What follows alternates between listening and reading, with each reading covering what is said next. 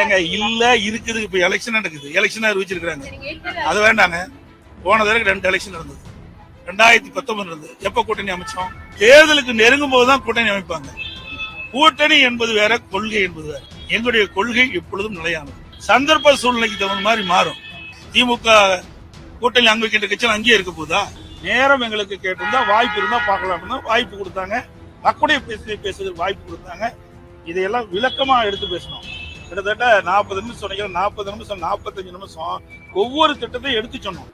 அரசியல் ரீதியாக 2 தலைவர்கள் மட்டத்தில் நடைபெற்ற இந்த பேச்சுவார்த்தை என்ன நடத்தப்பட்டது? அதிமுகவும் பாரதிய ஜனதாவுக்கும் இடையே கூட்டணி உடன்படிக்கை ஏற்பட்டு விட்டது அப்படின்றத நாம ஏற்றுக்கலாமா?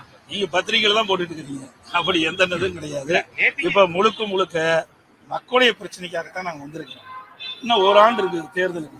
அதெல்லாம் கூட்டணி அமைக்கிறாங்க, இப்பதான் பேச்சுவார்த்தை நடக்கிறாங்க, ஒரு 15 நிமிஷம் தனியா பேசுனாங்க அப்படின்னு செய்தியெல்லாம் உங்களுடைய பத்திரிகையில ஊடகத்தில் விறுவிறுப்பான செய்தி வெளியிடத்துக்காக ஒழிய அது மாதிரிலாம் கிடையாது. முழுக்க மக்களுடைய பிரச்சனையை பேசுவதற்கு தான் எங்களுடைய நாடாளுமன்ற நான் எங்களுடைய மூத்த தலைவரோடு சந்தித்து உள்துறை அமைச்சருடைய கவனத்தில் கொண்டு சென்றிருக்கிறோம். 40 நிமிடங்கள் நீங்க நேற்றைக்கு உள்துறை அமைச்சரை வந்து சந்தித்திருக்கிறீங்க. பல்வேறு திட்டங்களை பற்றி அரசியல் ரீதியாகவும் பேசியிருக்கிறீர்கள். பல மாதங்களுக்கு பிறகு நேற்றைய தினம் நீங்க அமித்ஷா ஜியை வந்து சந்திச்சிருக்கீங்க. கண்டிப்பாக அரசியல் ரீதியாக பேசியிருப்பீர்கள் என்று நாங்கள் எதிர்பார்க்கிறோம். கண்டிப்பாக அந்த அரசியல் ரீதியாக பேசப்பட்டது என்ன என்பதை கொஞ்ச நாள் நீங்க சொல்லுங்க. அனைத்து இந்திய அண்ணா திராவிட முன்னேற்ற கழகத்தை பொறுத்த வரைக்கும் முழுக்க மக்களுடைய பிரச்சனை பேசுவதற்கு தான் நாங்க வந்து அவரை சந்திச்சு பேசியிருக்கோம். அது மட்டும் இல்ல, ஏற்கனவே அனைத்து இந்திய அண்ணா திராவிட முன்னேற்றவுடைய நாடாளுமன்ற கட்சி அலுவலகத்தில் வீடியோ கான்ஃபரன்ஸ் திறந்து வச்சோம். அதை நேரடியா பார்வையிட்டு அதுக்கு பிறகு நேரம் எங்களுக்கு கேட்டிருந்தா, வாய்ப்பு இருந்தா பார்க்கலாம், வாய்ப்பு கொடுத்தாங்க. மக்களுடைய பேசுறதுக்கு வாய்ப்பு கொடுத்தாங்க. இதையெல்லாம் விளக்கமா எடுத்து பேசணும். கிட்டத்தட்ட 40 நிமிஷம் சொன்னீங்க, 40 நிமிஷம் 45 நிமிஷம் ஒவ்வொரு திட்டத்தையும் எடுத்து சொன்னோம். நீங்க நடந்தாய்வாளி காவிரி திட்டம் என்னென்ன இருக்குது விளக்கணும். அதுபோல கோதாவரி காவிரி இணைப்பு திட்டம் என்னென்னலாம் நடவடிக்கை மத்திய அரசு எடுத்து வருகிறது என்பதையெல்லாம் சுட்டி காட்டணும். அதே போல இன்றைக்கு தமிழகத்துல இன்றைக்கு டாஸ்மாக் நடந்த மிகப்பெரிய ஊழல் இன்னைக்கு அமலாக்கத்துறை நடவடிக்கை எடுத்திருக்குது. அதை பற்றி விளக்கமா எடுத்து சொன்னோம். அதே போதைப் பொருள் விற்பனை தமிழ்நாட்டில் அதிகமா இருக்குது. அதையெல்லாம் விவரமா கேட்டார். என்ன நடக்குது, ஏது நடக்குது, அதையெல்லாம் நாங்கள் விவரமா சொன்னோம்.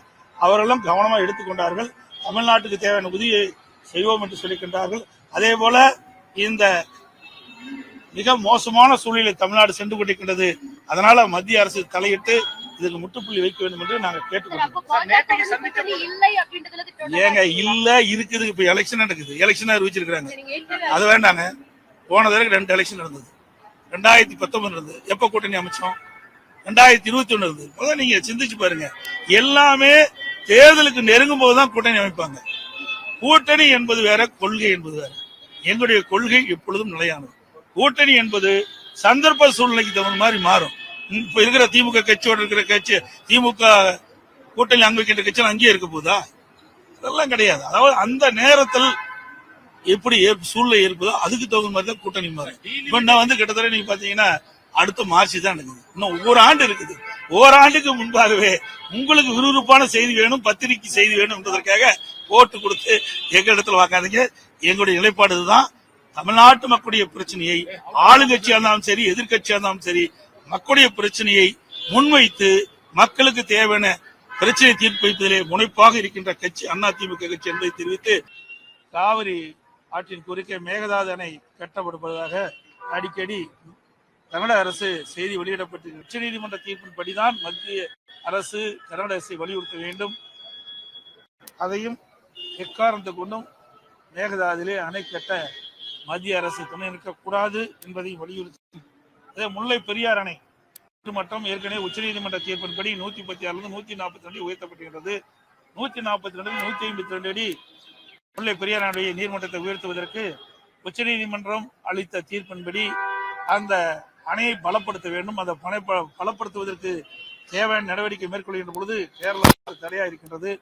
அந்த தடையை நீக்கி உச்சநீதிமன்ற தீர்ப்புப்படி அணையை உயர்த்துவதற்கு தேவையான நடவடிக்கை மேற்கொள்ள வேண்டும் என்று நான் கேட்டுக்கின்றேன். அதே போல தமிழகத்தில் ரயில்வே திட்டங்கள் பல நடைபெற்றுக் கொண்டிருக்கின்றன. அதற்கு தேவை நிதி ஒதுக்கீடு செய்யப்பட்ட அதை விரைந்து செயல்படுத்த வேண்டும் என்று கேட்டு, அதோடு தமிழகத்தில் டாஸ்மாக் மிகப்பெரிய முறைகேடு நடைபெற்றிருப்பதாக அமலாக்கத்துறை வெளியிடப்பட்டிருக்கின்றன. அதை முழுமையாக விசாரித்து தவறு இழைக்கின்றவர் மீது கடுமையான நடவடிக்கை எடுக்க வேண்டும் என்று வலியுறுத்தியிருக்கின்றோம். அதே போல சட்ட ஒழுங்கு தமிழகத்தில் அடியோடு சீர்கெட்டிருக்கின்றது. சிறுமி முதல் மூதாட்டி வரை பாலியல் வன்கொடுமைக்கு ஆளாக்கப்படுவது மிகுந்த வேதனை அளிக்கின்றது. அதோடு போதைப் பொருள் நடமாட்டம் தமிழகத்தில் அதிகரித்திருக்கின்றது என்பதை எல்லாம் சுட்டிக்காட்டி தேவையான நடவடிக்கை மேற்கொள்ள வேண்டும் என்று மத்திய உள்துறை அமைச்சரை சந்தித்து நாங்கள் கோரிக்கை மனு அளித்திருக்கின்றோம். எதிர்க்கட்சி தலைவர் என்ற முறையில தமிழ்நாட்டிற்கு பல திட்டங்களை நிதியை ஒதுக்கீடு செய்ய வேண்டும் அப்படின்றதெல்லாம் நீங்க பேசியிருக்கீங்க.